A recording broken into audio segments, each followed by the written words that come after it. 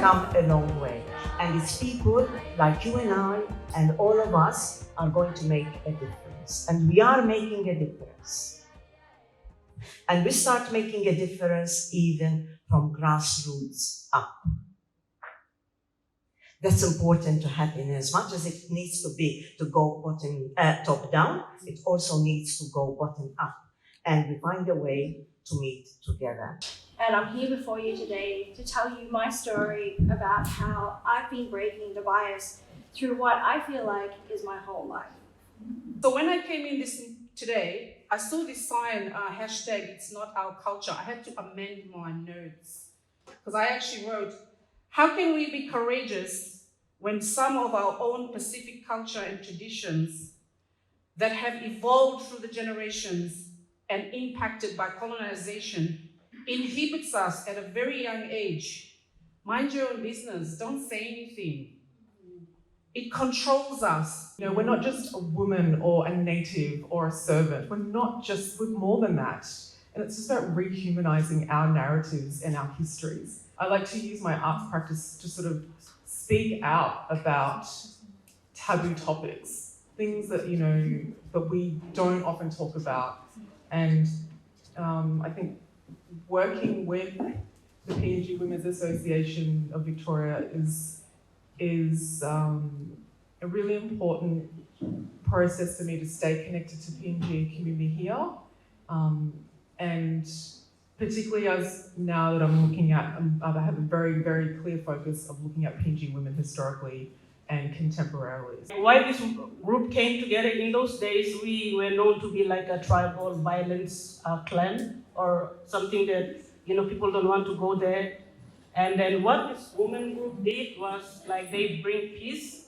They said enough of fighting. And then all the women from all the little clans came together and they organized a women's group. I came here as a single girl in the late 70s on scholarship. Then I went back to Uganda.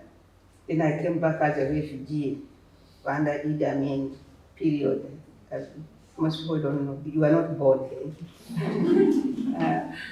Then I tried to get a job as a black woman, single. Though I had the qualifications and experience 1 year here in Australia, it was very hard to get a job in the qualification I had as a librarian. And that's what I tell people, whenever you, especially women, even young people, whenever you get a job, do your best, and so that your work speaks for yourself. You turn on the tap, clean drinking water comes out of this. That's their water. So in the middle photo shows that well is used only for washing children and washing your dishes. You've got to walk 2 hours away just to fetch water. And that's the responsibility of the women because, like they say, it's tradition and that's how women were meant to be doing for us, men, while we sit here and do nothing. But that will change because the women now have a voice and I put my hand up to help them. Once you become aware, don't just lock it in your head. Do something about it. Tell someone that you care about. Share the knowledge. You know, we women, we love to gossip. If someone here says they don't gossip at all, I don't think so. If you want to gossip about something, how about gossip about the prevention of family violence? Yes. Spread the word. Tell someone, and it's just going to go Chinese whispers until the end. It's going to be about ordering a pizza. Spread the word. Tell someone else, because you never know. The next person you tell about this is probably going through something, and they're probably blaming themselves. Tell them that it actually stemmed from something far deeper. Spread the word so that it goes back to our islands, back to our people, and back to our families. I've broken down typical stereotypes associated with women of my background. You know, I've been told many, many different things over the course of my life, you know, which include, you'd never make it. You know, we as Asian women, We should be seen but not heard. We should remain silent. We should remain dutiful. We should remain quiet and not rock the status quo. Right now, I feel very privileged to be in the position where I am today. As Mom just introduced, I am currently the project coordinator for Broken Fan Bars, and also moving into a manager role in which the focus of women's safety will be at the forefront of my agenda, and making sure that it is continuously on the agenda, especially for women of colour and women of ethnic background in all mainstream services there and the political arena. Others activities we do, we celebrate individual women's achievement, and this one is mine. Well, I got scholarship from Australian Award Scholarship, and as a woman, it's very hard to get those prestigious scholarships. So I break the bias. I break the bias of male dominators like male has to go and all these ones, but I break the bias. Just show the humanity of Papua New Guinean women and who they are, and the Papua New Guinean women that I know. I don't know these media stories that we get to see on TV of women getting killed and the sorcery. That is such an exploited story, and it's not every single Papua New Guinean woman's story. It's not, and that's what we get flooded with in the Australian media. And we're not all Papua New Guinean women, we're not all victims. I was just taught everything about Western art and nothing about Papua New Guinean culture. And so what I did was I got on a plane. I wrote a grant, set up my own residency with the Goroka University of Goroka, contacted Michael Mell, and I just spent 4 weeks up in the Highlands when I was pregnant with my son. And everyone was like, "Don't go, what are you doing? Don't go." And I was like, "No, I'm going. I was born in Papua New Guinea. Why can't I go there as a pregnant woman?" And so I did, and I went there for 4 weeks, and I got my cultural, art, historical teachings. I did it myself. I had to do it myself because, art school doesn't teach you that here.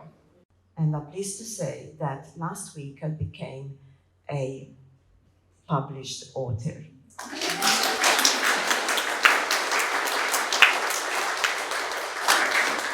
And the book is entitled Power Over Darkness, a journey of self-discovery, trauma, and healing.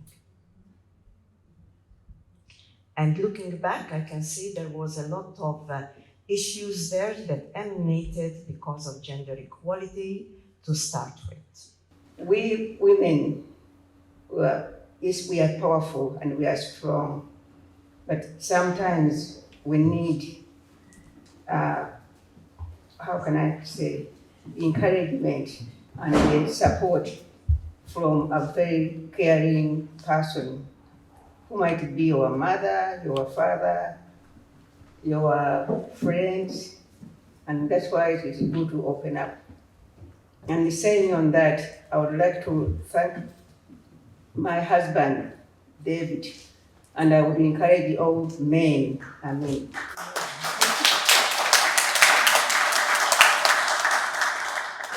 he's not perfect.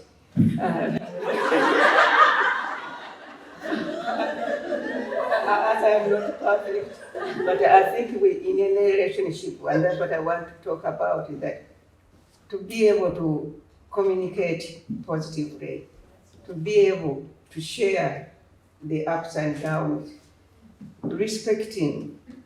To me, this international women, or what other people call international women, to me as a person, I think is International Women and Families Day, so that we will celebrate as a family. So the theme for International Women's Day about breaking the bias, and bias makes it very difficult for us women to move forward. So instead of just sitting there wondering what to do next, I think you should get up. It's time for action, time for you to inspire, time for you to empower others and be role models for your families, your friends, and for everyone else that you come across. Thank you.